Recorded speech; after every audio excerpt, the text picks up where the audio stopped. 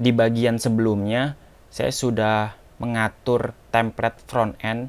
Yang saya lakukan adalah melakukan request melalui inersia di metode post. URL-nya URL yang sudah saya daftarkan di bagian server dan saya arahkan ke method store.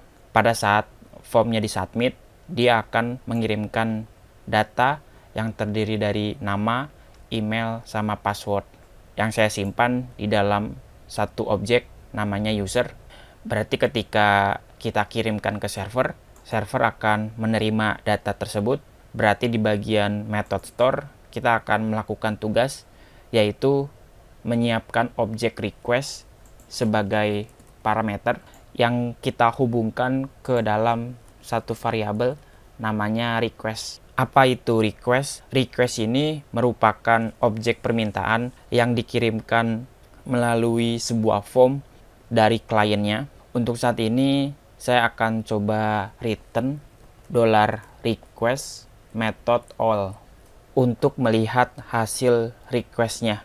Sekarang kalian boleh coba lagi buka aplikasinya, pastikan servernya berjalan dengan baik. Saya bisa masukkan lagi data usernya, user@mail.com, passwordnya user.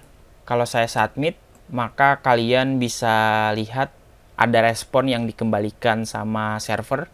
Berikut ini adalah data form yang dikirimkan melalui objek request dan diterima di method store, terus di return dalam bentuk JSON. Kurang lebih seperti ini. Ini adalah data-data formnya sesuai dengan yang kita masukkan. Sampai di sini sudah oke.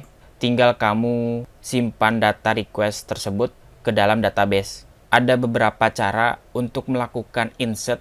Cara yang pertama, kita akan melakukan instan sebuah objek model dari user, tapi pakai keyword new. Jadi new user seperti ini.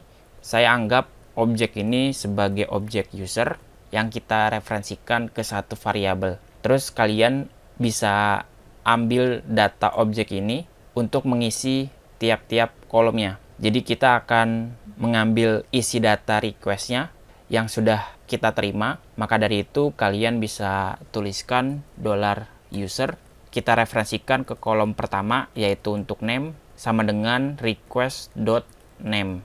Lalu kolom yang kedua, $user, email, isinya $request, email. Jadi nama kata kunci ini kita akses satu-satu dengan mereferensikan objek request, nama kata kuncinya. Nama kata kunci ini sesuai dengan data yang kita kirimkan. Kita buat kata kunci name, email, password, dan kita terima dengan kata kunci yang sama. Lakukan hal yang sama untuk kolom-kolom berikutnya. Pada kasus ini kolomnya ada 3, name, email, password. Kita ambil data passwordnya seperti ini. Kalau sudah diisi semua data-datanya, tinggal kalian jalankan metode save. Jadi $user.save.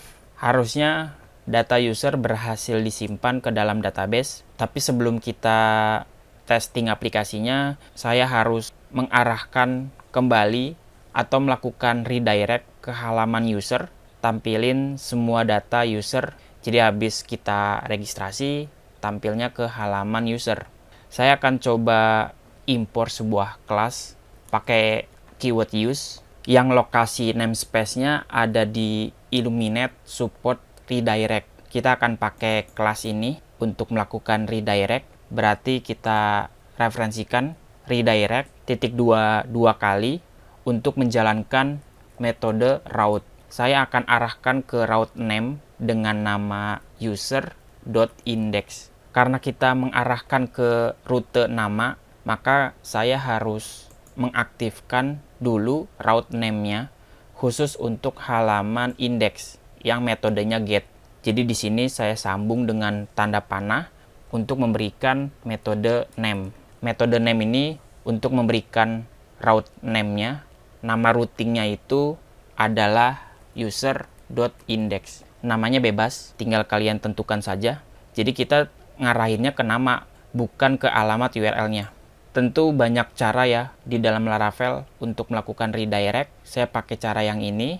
kalian boleh simpan aplikasinya, terus buka lagi aplikasinya, kita reload halamannya. Kalian boleh masukkan data user yang baru seperti yang tadi, user@mail.com, passwordnya user. Langsung saya submit. Kita lihat dulu data usernya berhasil masuk dan disimpan ke dalam database. Untuk passwordnya harusnya saya hash. Kita sudah berhasil melakukan insert data, cuma ada beberapa error di sini. Hasilnya kosong. Sepertinya kita harus melakukan return. Kita kembalikan hasil redirect-nya. Kita coba lagi, tapi passwordnya harus kita hash dengan melakukan hashmake seperti yang kita lakukan di dalam user factory. Jadi saya akan impor dulu kelas hashnya di Illuminate Support. Kita pakai metode yang sama, yaitu metode make, lalu masukkan passwordnya di sini. Passwordnya itu request password. Harusnya passwordnya sudah berhasil di hash, data usernya juga sudah berhasil disimpan. Kita balik lagi ke aplikasinya. Oke, error. Ini bukan koma tapi titik koma.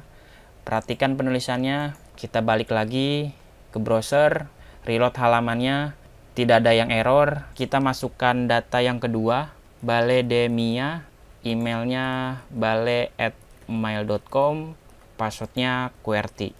Perhatikan di bagian tab network, di sini ada proses Ajax yang dilakukan sama Inersia. Saya submit.